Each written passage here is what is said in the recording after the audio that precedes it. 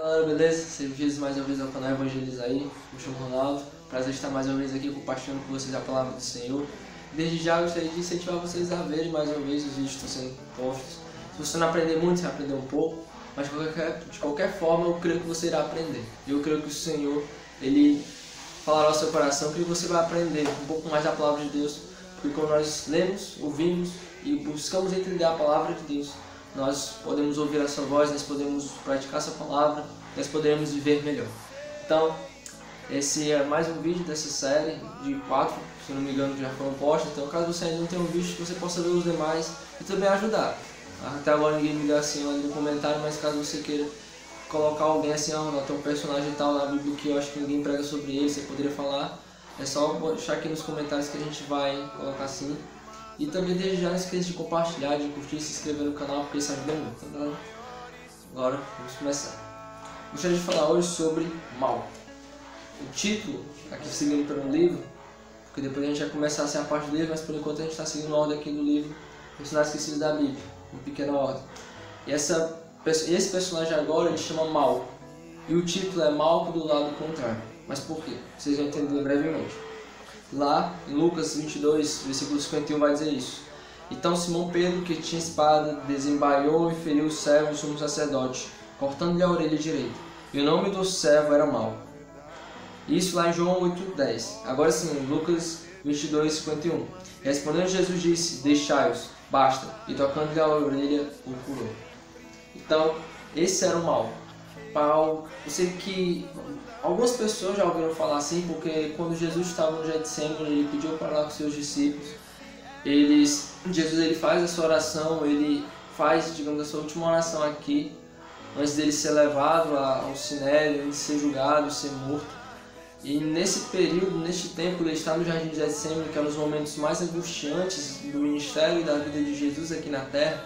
É dito em algumas passagens como João e Lucas, e uma boa parte também dos outros dois evangelhos, mas que com mais detalhes é falado nesses dois, de como Judas estava vindo com um esquadrão de soldados, um exército e tudo mais. E quando eles vêm diante de Jesus há uma pequena confusão, digamos assim. Pedro se exalta um pouco mais, Jesus ele se entrega livremente porque ele sabia que aquilo teria e iria acontecer. E até mesmo o próprio Jesus diz que era necessário eles fazerem aquilo, porque Jesus ele estava com eles todos os dias, todas as manhãs, pregando no templo, falando no templo, em qualquer lugar, na rua, nas praças, mas eles não fizeram nada com Jesus e no momento oculto eles foram fazer isto. E o próprio Judas, antes vem até Jesus, Jesus diz, amigo, para que o traz, e Judas dá um beijo nele, dá um beijo em Jesus de saudação, mostrando aos soldados quem era Jesus, e assim eles prendem e acontece esse tumulto. Nesse tumulto entra Mal. Alguns não percebem, o nome dele é narrado, se eu não me engano, somente no livro de João. E quando isso ocorre, é no momento em que essa exaltação, como eu acabei de citar, em que Pedro, ele desembaia uma espada que ele tinha, e ele corta a orelha do servo do sumo sacerdote, que se chamava Mal. É um texto que geralmente a gente lê direto, a gente não percebe, a gente não para pensar quem era Mal, e por que somente é citado o nome dele. Poderia citar o centurião tal, o servo do outro sumo sacerdote tal, ou o soldado tal, mas eles não citaram ninguém, mas citaram o nome de Mal. E algo pode estar, assim, podemos dizer que algo nós podemos aprender com isso, que se está na palavra do Senhor, e como a própria Bíblia diz, se está escrito, para o nosso ensino está escrito, isso em relação à palavra de Deus. Nós podemos aprender logo primeiramente que o pouco que sabemos a respeito de Malco é que ele era servo do sumo sacerdote. Malco é a forma definida do nome hebraico, é a forma helênica do nome hebraico Meleque, que significa rei. A tradução do Shourak diz que a sua orelha foi decepada. Acredita-se que houve uma pequena luta entre alguns discípulos e o grupo que veio prender Jesus, no qual ele fazia parte. E eis a sua história. Na luta ele perde a orelha e Jesus a restitui, como está escrito em Lucas, capítulo 22. E pronto, só isso, nada mais se fala. Porém, no campo da imaginação, hipoteticamente, se estivéssemos próximos a Mal, e isto podemos fazer nesta condição, gostaríamos de endereçar algumas perguntas a ele. Imaginemos alguns questionamentos que poderíamos ser feitos a ele. Então, nós podemos sim fazer essas imaginações, pensar, não, por que o nome de Malco está ali? E por que ele, sendo servo do sumo sacerdote, por que ele fez aquilo? E o que foi que aconteceu depois? Quando ele viu que Jesus fez um milagre nele, será que ele ainda continuou como perseguidor? Ou ele já seguia Jesus e fez aquilo obrigado, foi ali porque era servo do sacerdote e temeu desobedecê-lo? Então nós podemos pensar, mas podemos sim imaginar o que pode ter ocorrido e quem foi Malco depois de tudo aquilo. Porque quando hoje nós vemos, através de várias histórias, não somente agora da Bíblia, mas histórias das nossas próprias vidas, quando nós entregamos a nossa vida a Jesus e somos transformados, que quando Jesus ele nos toca, quando ele move os nossos corações a algo incrível, imagine o próprio Jesus, ele tocar em você e curar. Você sentir a mão dele pegando na sua orelha, pegando em alguma parte do membro que foi decepado, alguma coisa assim, e ele lhe curando. E a vida dele entrando em você, e o amor dele transformando você, e ele agindo, você o perseguindo, e ele lhe trazendo uma graça.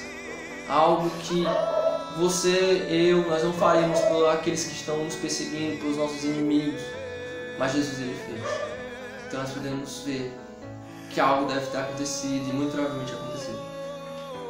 Então nós podemos indagar algumas perguntas. Malco, você foi prender um homem que era tido como criminoso, considerado e tratado pior que um salteador, que também era considerado um dos mais perigosos. Por que vocês foram armados com espadas, facas e paus? No entanto, ele estava orando. Ele não se defendeu, não lutou nem fugiu. Aliás, você deve ter passado perto dele várias vezes. Deve tê-lo visto na sinagoga livre, solto, desarmado e só.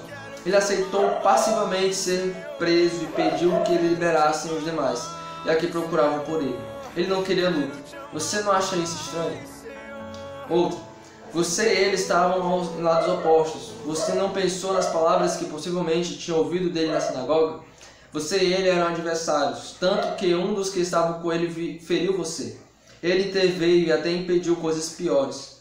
Por que você era adversário dele? Você não acha isso estranho? Vamos para a última. Você teria dificuldades bem sérias com a orelha decepada. Sangraria muito até chegar em um lugar onde seria medicado. Pegaria poeira e poderia infeccionar. Contudo, de qualquer forma, é certo que você ficaria sem a orelha. Ele ainda teve tempo para curá-lo. Você não acha isso estranho? Então, são essas outras perguntas que podemos fazer. Quando Pedro ele faz isso, Jesus ele diz: guarde a espada, Pedro. Mas aqueles que lutam pela espada, que ferem pela espada morrerão.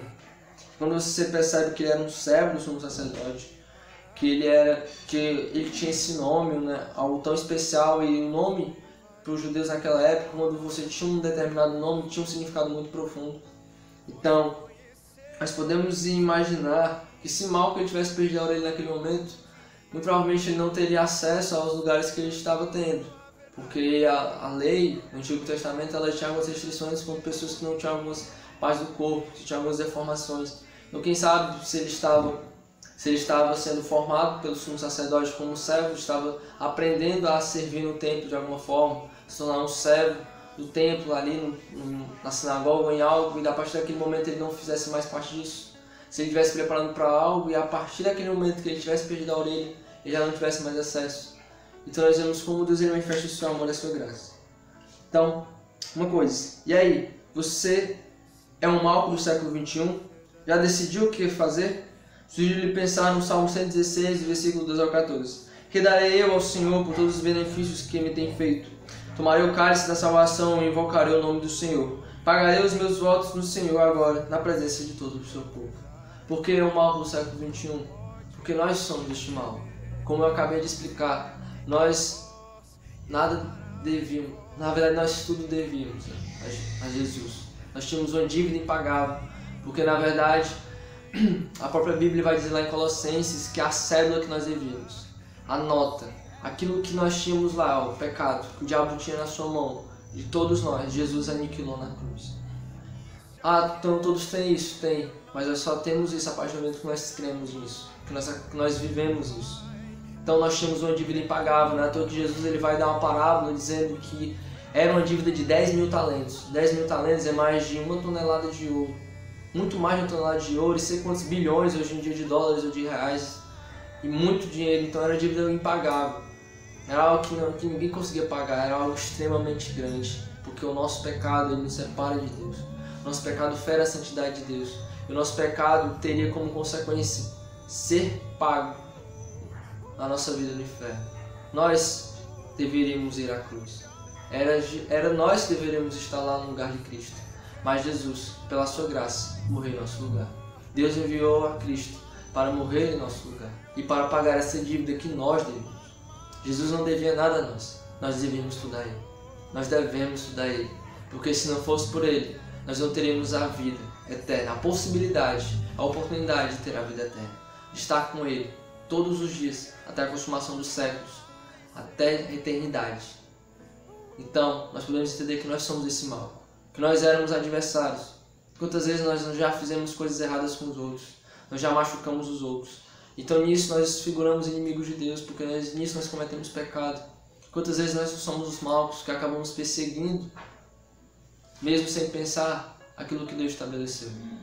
E Senhor, pela sua graça, Ele nos curou, nos dá a oportunidade de ter uma vida nova. Assim como Ele fez com o mal. Em vez de ter matado ele, em vez de ter agido como o mal agiu, perseguindo, Jesus Ele mostrou o contrário, Ele não lutou, Ele não levantou a espada. E o que Ele fez levantando a sua mão foi curá-lo.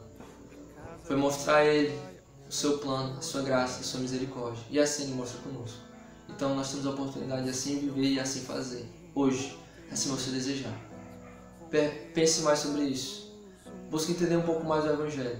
Porque nós somos sim mal. Mas também, o nosso Deus é o mesmo. Aquele Jesus, o Cordeiro de Deus que tira o pecado do mundo, está conosco hoje. Ele está em todos os lugares. Nós precisamos tão somente crer.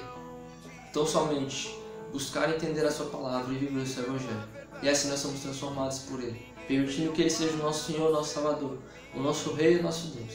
E fazendo agora a vontade dEle, não mais a nossa vontade. Não mais sendo um mal do lado contrário, mas agora estando do lado certo. E assim iremos até a eternidade. Amém, galera? Então que Deus abençoe vocês, espero que vocês tenham gostado e até a próxima. Valeu!